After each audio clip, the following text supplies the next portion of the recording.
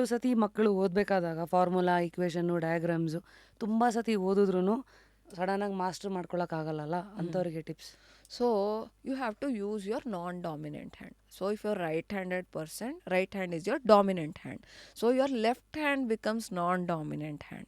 So ಯಾವುದೇ formula concept ನೀವು ಹೇಳ್ಬೋದು ರೈಟ್ ಹ್ಯಾಂಡಲ್ಲೇ 10 ಸತಿ ಬರಲಿಲ್ಲ ಲೆಫ್ಟ್ ಹ್ಯಾಂಡ್ ಏನು ಮ್ಯಾಜಿಕ್ ಮಾಡುತ್ತೆ.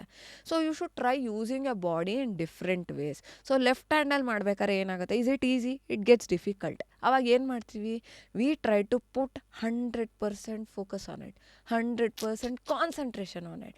So when we try to do it, so many times ಒಂದು ಸತಿನೇ ಮಾಡಿದ್ರೆ ಬಂದ್ಬಿಡುತ್ತೆ, ಕೆಲವ್ರಿಗೆ 2 ಸತಿ ಮಾಡಬೇಕಾಗತ್ತೆ. So using your non dominant hand you will be able to master that difficult concept. Super, ಇವಾಗ ಅರ್ಥ ಆಯಿತು. ಯಾಕೆ ಇವಾಗ ಎಡಗೈ ಅಂತ ಬಂದ ತಕ್ಷಣ ಆಟೋಮೆಟಿಕಾಗಿ ಫೋಕಸ್ ಎಷ್ಟಿರುತ್ತೆ, ಫೋಕಸ್ ಇದ್ದಲ್ಲಿ focus is anyways the glue to hold the information, ಆಟೋಮೆಟಿಕಾಗಿ ಇದು. ನಂಗೆ ಇನ್ನೊಂದು ಹೇಳಿ, ಥಿಂಕಿಂಗ್ ಲ್ಯಾಂಗ್ವೇಜ್. ಈಗ ನಾನು ಕನ್ನಡದವಳು, ನಾನು I think my thinking language is Kannada. ದೋ ಈಗ I am doing just curious India, slowly I C the change. Day 1 ಇಂಗ್ಲೀಷಲ್ಲಿ ತುಂಬ ಸರಾಗವಾಗಿರಲಿಲ್ಲ, ಹೋಗ್ತಾ ಹೋಗ್ತಾ ಆಗ್ತಾ ಇದೆ, ಫ್ಲೂಯೆಂಟ್ ಆಗ್ತಾ ಇದ್ದೀನಿ. So what decides my thinking language? For example, ನಾನು ಚಿಕ್ಕವಳಿದಾಗಿಂದ ಕನ್ನಡ ಅಂತ ಇದು ಮಾಡಿದ್ರೆ ಲೇಟರ್ ಪಾರ್ಟ್ ಆಫ್ ದ ಇದು ಚೇಂಜ್ ಆಗ್ಬೋದಾ? See, I told you, use it or lose it.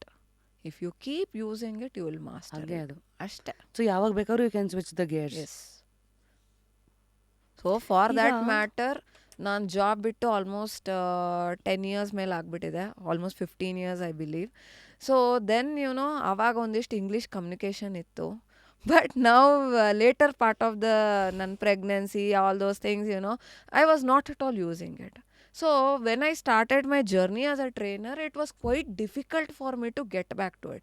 Once you start using it, you will master it. ಅಷ್ಟೇ. No, I have one question about learning.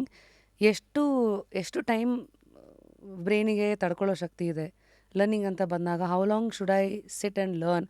ಅಲ್ಲಿ blocks ಇದೆಯಾ? Yes, many students, you are asking learning episode ಎಷ್ಟು duration, how long should I sit for learning? ಕೆಲವರು ದಿನ full ಓದ್ಕೊಂಡೆ, ಬೆಳಗ್ಗೆಯಿಂದ ರಾತ್ರಿವರೆಗೂ ಓದ್ದೆ, ಬ್ರೈನಿಗೆ ಹೆಂಗೆ ಓದಬೇಕು ಕಲಿಬೇಕಾದಾಗ? ವಿ ಹ್ಯಾವ್ ಫಾರ್ ಎಕ್ಸಾಂಪಲ್, ಇವಾಗ ಒಂದು ಸ್ಪೀಚ್ ಕೇಳಿಸ್ಕೊತಾ ಇದ್ದೀವಿ ಅಂದ್ಕೊಳ್ಳಿ.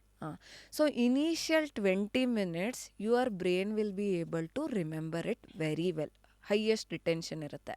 And last 10 minutes highest retention ಇರುತ್ತೆ, because you are putting all your focus, attention, brain is all fresh, so you are grasping it. Last 10 minutes ಯಾಕೆ? Because your brain it is about to end, so ಆವಾಗ highly ಕಾನ್ಸಂಟ್ರೇಟಿವ್ ಆಗುತ್ತೆ. So this is called Primus effect and ರೀಸೆನ್ಸಿ ಅಂತ ಹೇಳ್ತೀವಿ.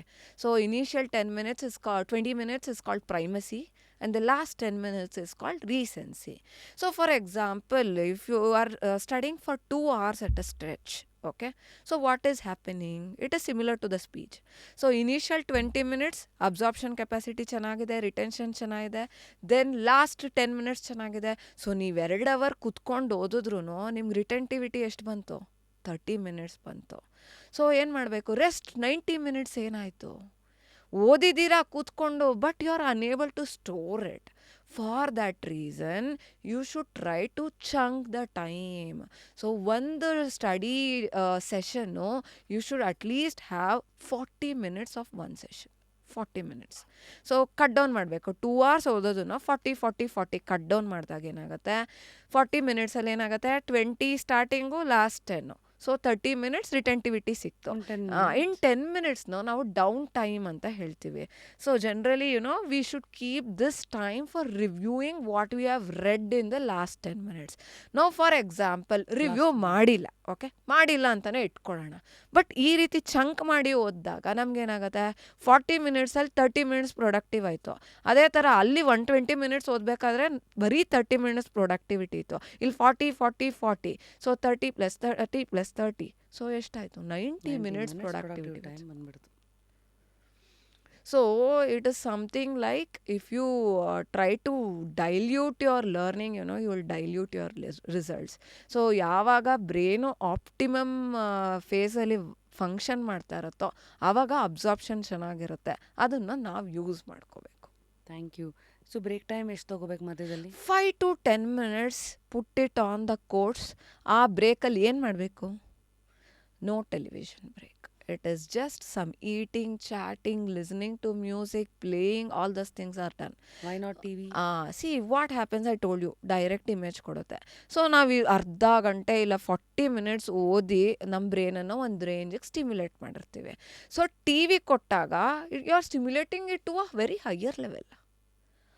ವಾಪಸ್ಸು ನೀವು ಮತ್ತೆ ಓದಕ್ಕೆ ಕೂತ್ಕೊಂಡಾಗ ಅರ್ಥನೇ ಆಗಲ್ಲ.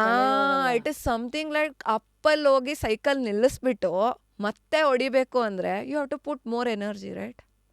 ಸೊ ಮತ್ತೆ ಸೈಕಲ್ ಹೊಡ್ಕೊಂಡು ಮುಂದಕ್ಕೆ ಹೋಗಬೇಕು, where in you lose lots of time and you will not be able to achieve that retentivity. For that reason try to avoid it between those breaks.